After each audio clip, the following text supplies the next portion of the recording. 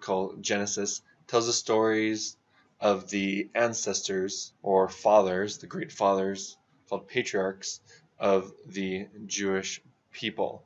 And these stories also refer to the matriarchs or great mothers, often the wives of the great fathers of Jewish ancestry.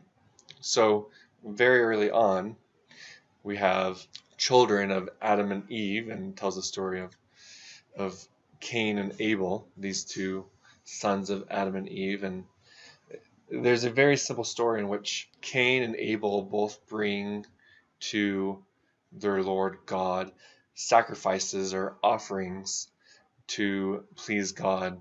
Now, Abel, who is a shepherd and has livestock, he brings some sort of meat offering to God. And Cain, who works the land and is a farmer, he brings vegetables to God, and God accepts, according to the story, those sacrifices of Abel, yet rejects those of Cain.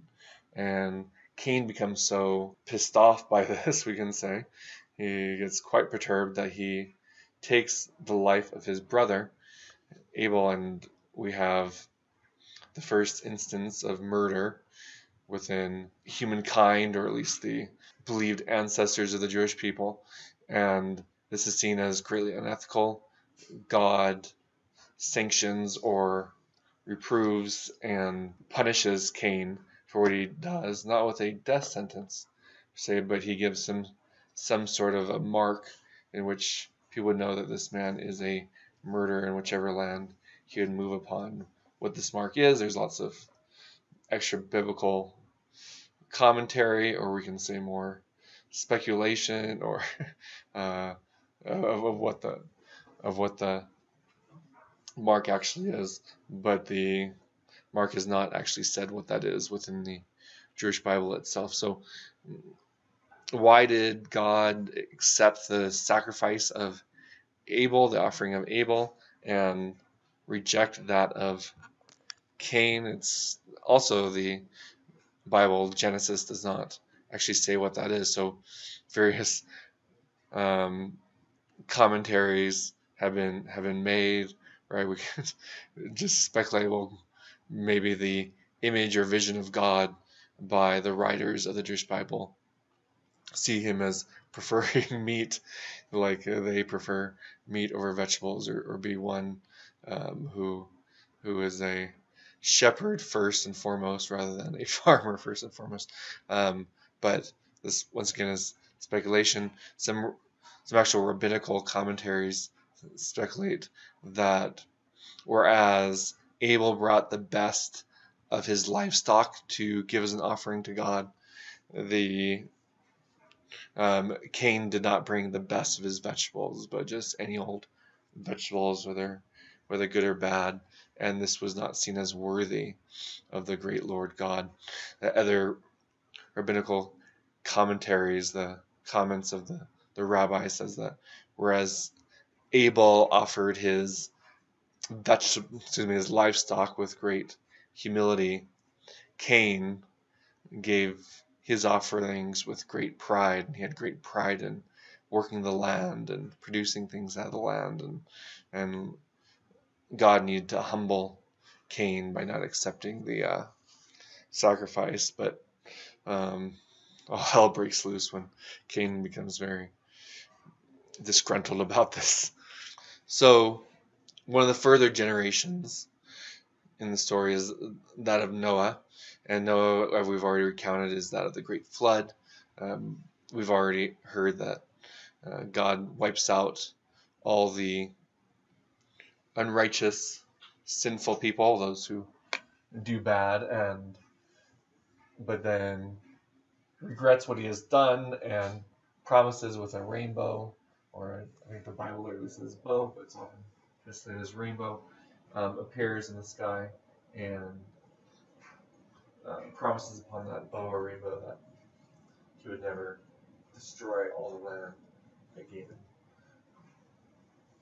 even if people come bad again. All right, so that's the covenant of Noah, and then we have the story of Abraham. We've already spoken of briefly, and actual matriarchs become a big part of this story. Sarah, the wife of Abraham, as well as Hagar, the maidservant of Sarah, who becomes, in a way, a wife of Abraham. So, in this story, we have a big emphasis on hospitality.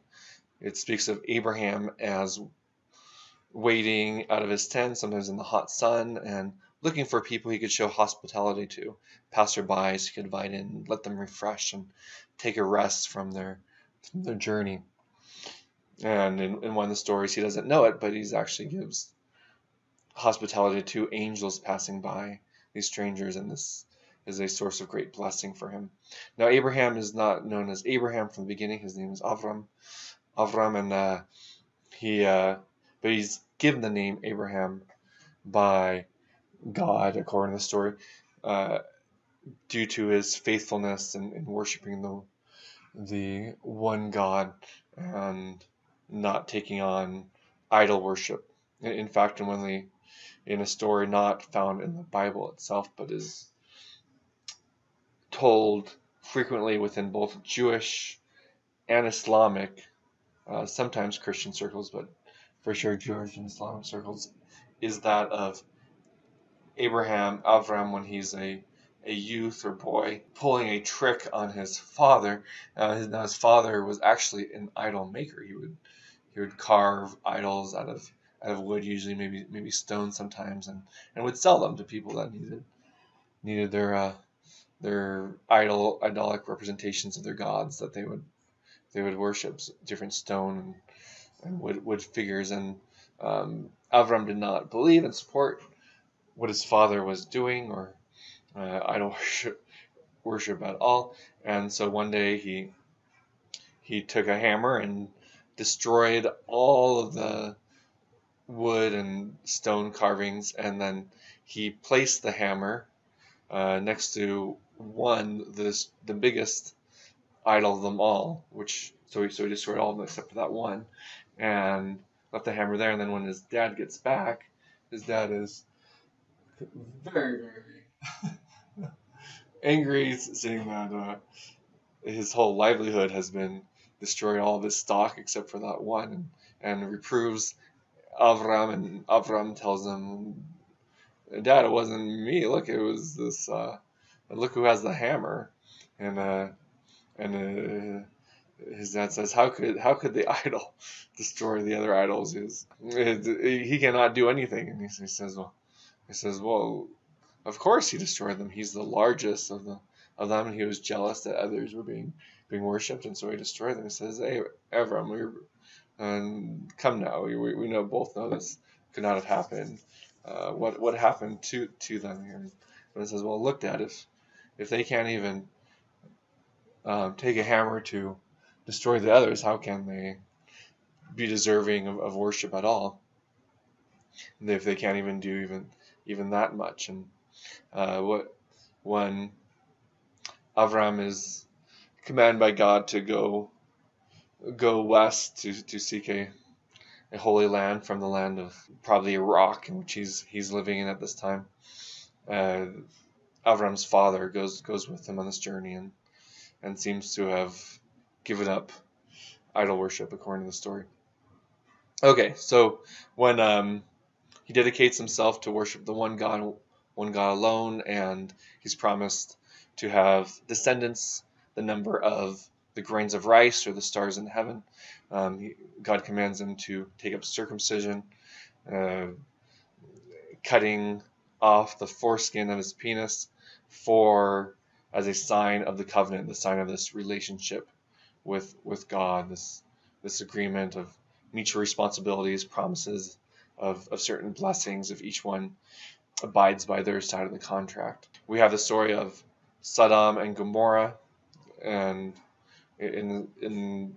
while it's being told of Abraham, the nephew of Abraham, Lot, is living in these towns, and they're given to great wickedness.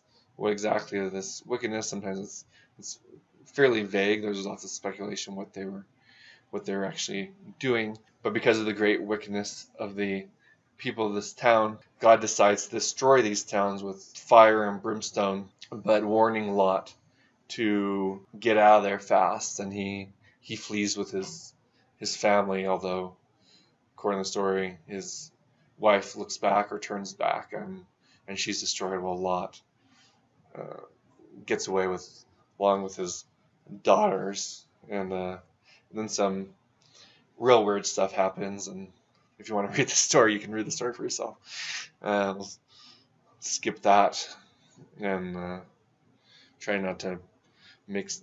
You can try to make sense of it yourself. God's covenant with Abraham, lots of descendants and land of Canaan, Israel. God also promises Abraham he'd have children to the number of the stars in heaven, so on and so forth. But he's very old. Sarah's very old. They're like, how are we going to have a child? Sarah says, well, we haven't had any children. Why don't you take my maidservant Hagar and have a child with her? Hopefully you'll have a son, have a lineage, and some with a birthright. And so they have a child, and Hagar and Abraham's child is named Ishmael.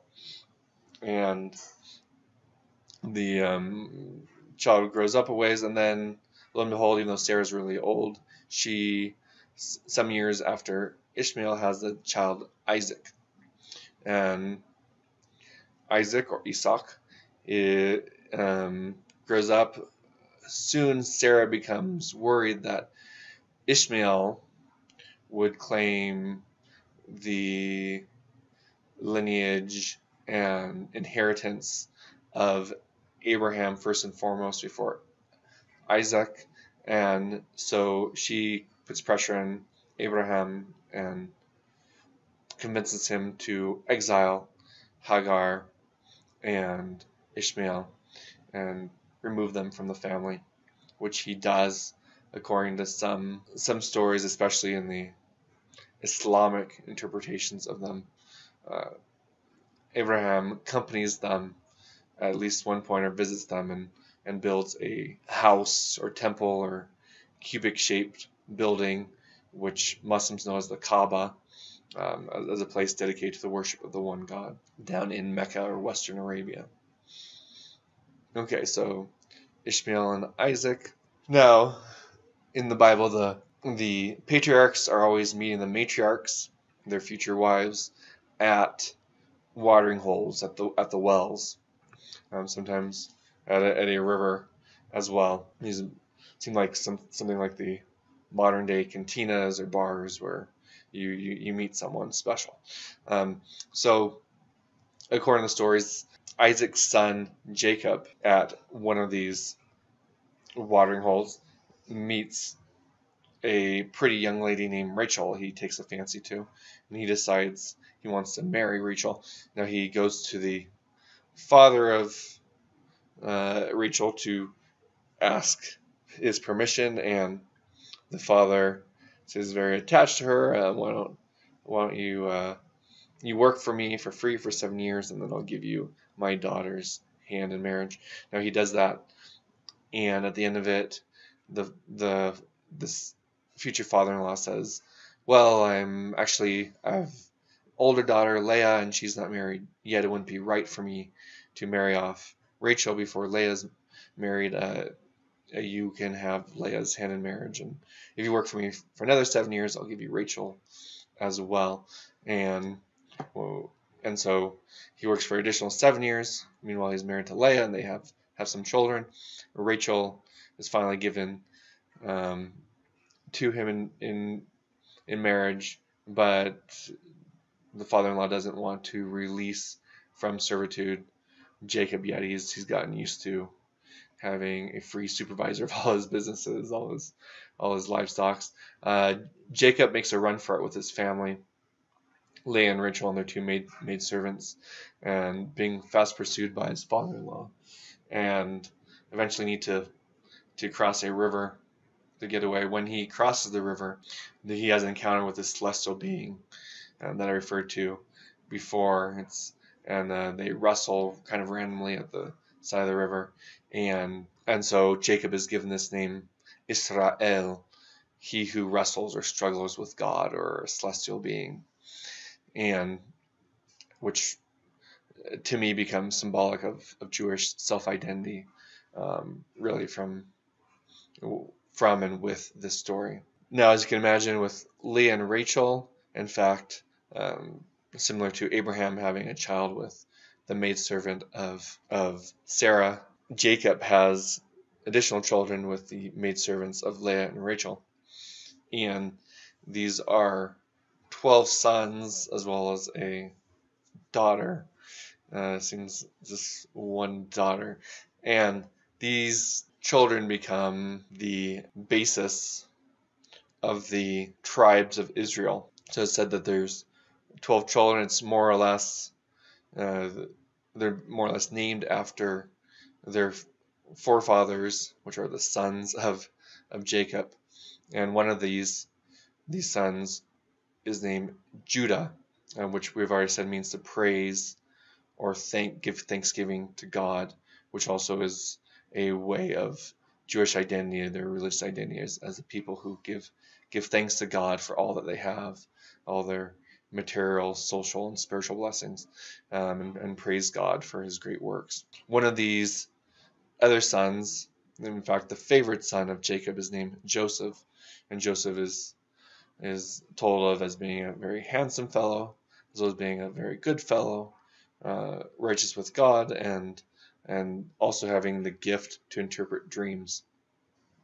Now the other sons of Jacob, or at least many of them, become jealous of a certain dream of Joseph, which by its inherent meaning seems to say that they all bow down in veneration or respect to Joseph, and they don't like that he's the preferred son of Jacob.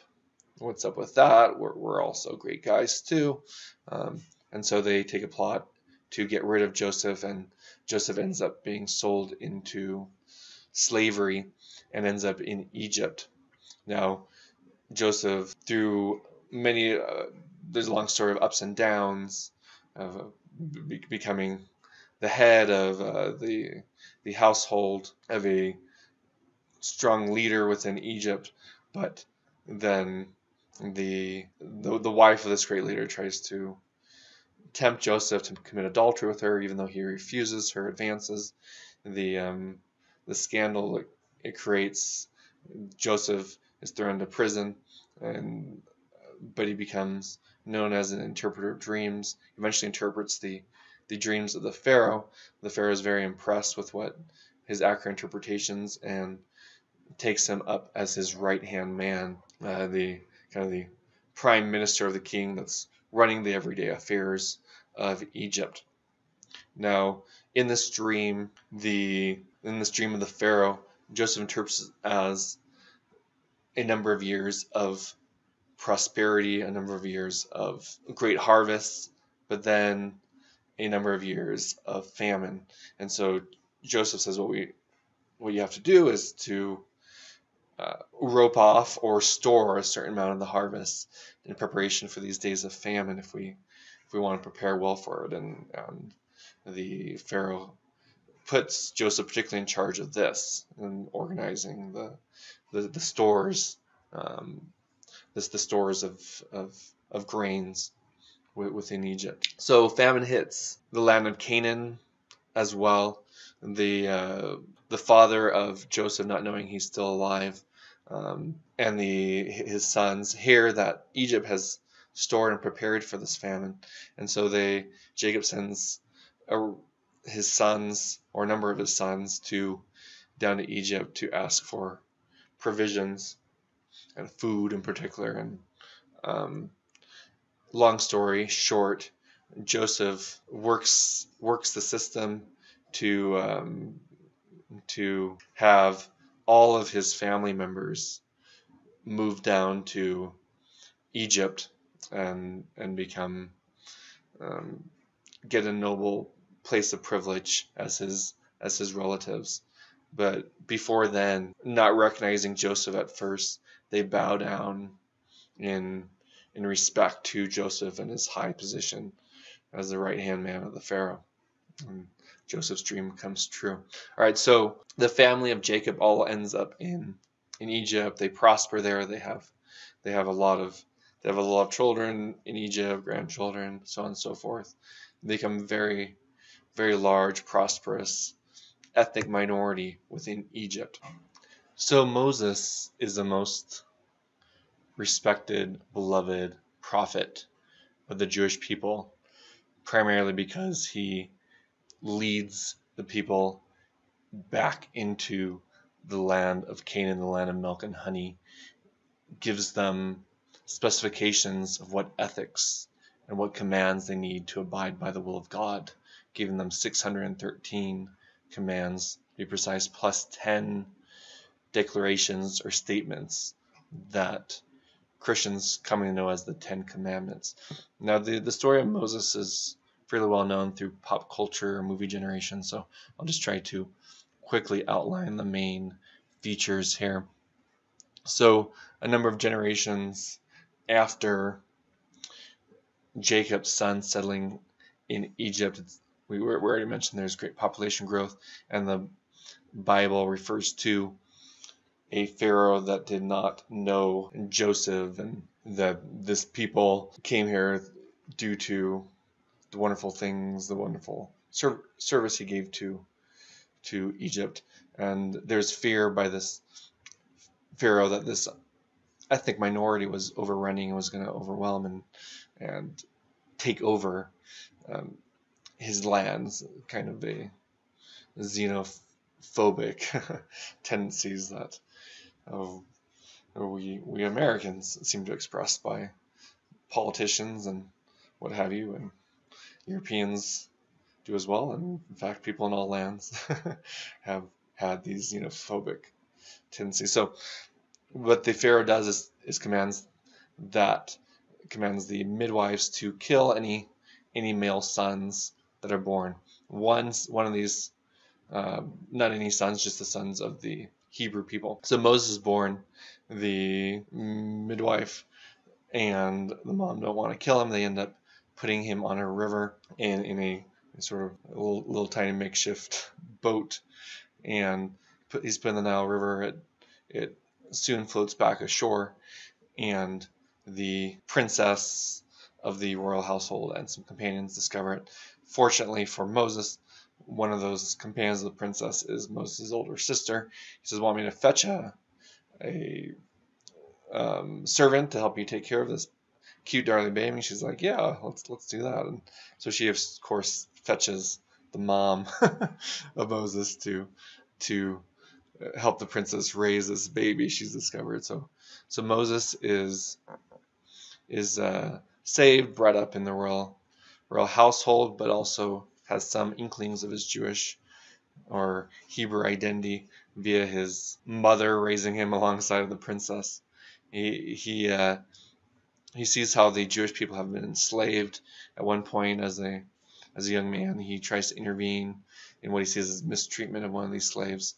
In a struggle, he ends up killing the overlord or master of the slave, and he gets a reputation as a killer. He has to flee the Egypt. He seems to go northeast and into a new land, and meets a girl, of course, by a watering hole, that gets married, has some kids.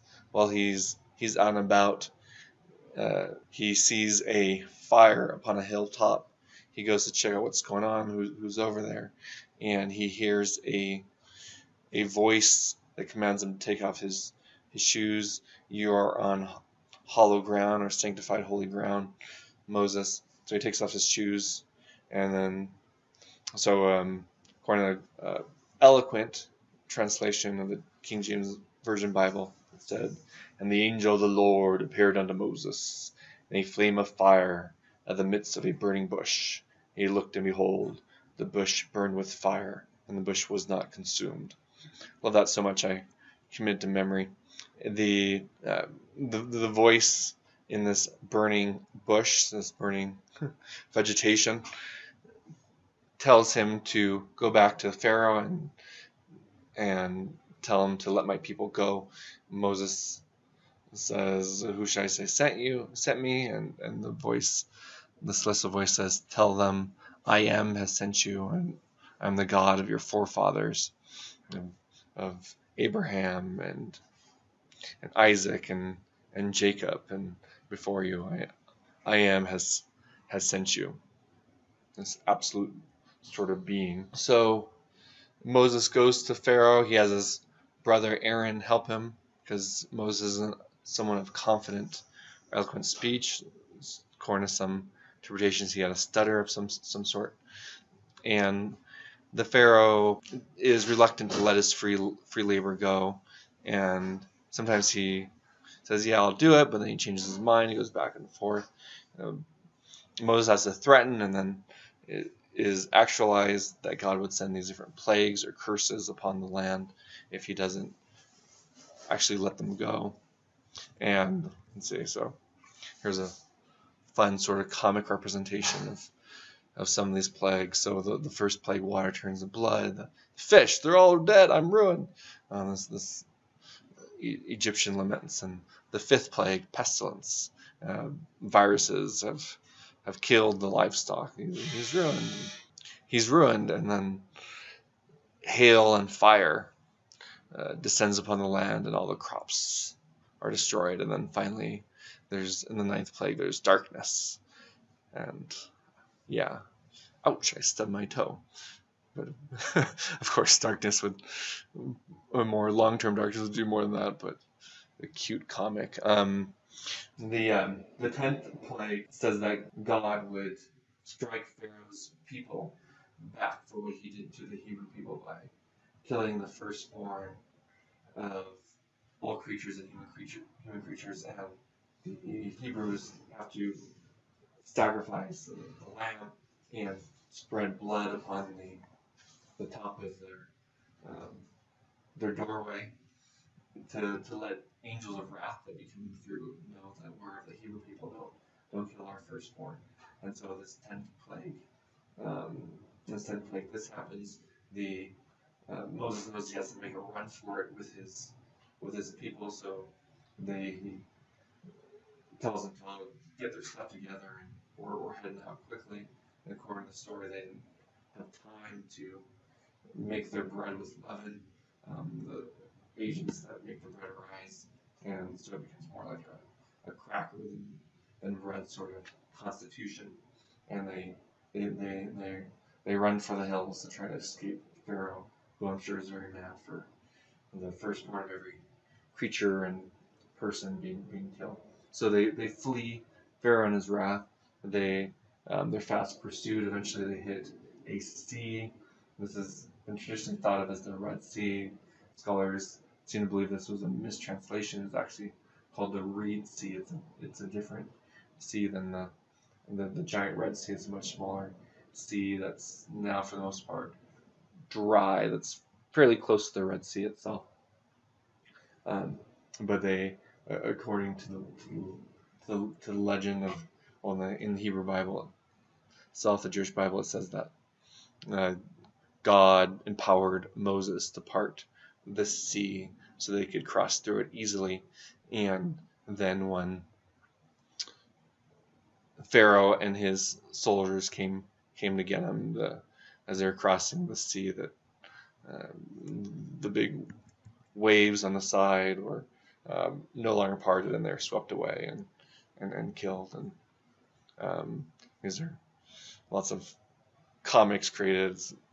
These stories are very much part of pop culture and fun sort of representations of the story. Okay, so once Moses and his people are safe from the pursuit of Pharaoh, they rest, and it's said that Moses called to a mountaintop to commune and converse with God, and there he sees great thunder and lightning and fire and God's voice trembling, and there he's given sooner than later what is the Decalogue, what is called the Ten Commandments by Christians, and these are written on 2 tablets. Now he's gone up there for many days, and soon the people down below the mountain have are said to have gotten very nervous, and they want to make good with God, but they're still very comfortable and familiar with having representations of God. Perhaps they picked up these sorts of representations in Egypt, and they decided to turn into molten substance through burning, through fire processes. Their gold, they put their jewelry together and mold it into a golden calf, or golden cattle or cow creature that they bow down to and venerate and make an altar and give burnt offerings to. And Moses hears what they have done, and those who have committed this idolatry. It is said that he leads his people that have been faithful to slaughter those that have made and worship this golden idol. In doing it, the 2 stone tablets of the 10 Commandments are broken in pieces, and Moses has to make new ones of these. But fortunately, he goes back up the mountain, and the finger of God writes upon them and inscribes the Decalogue, the 10 statements or declarations once again. Now, as you can see from lots of backsliding, it's felt that the Jewish people, the Hebrew people, are not quite ready to occupy the promised land they're being led to.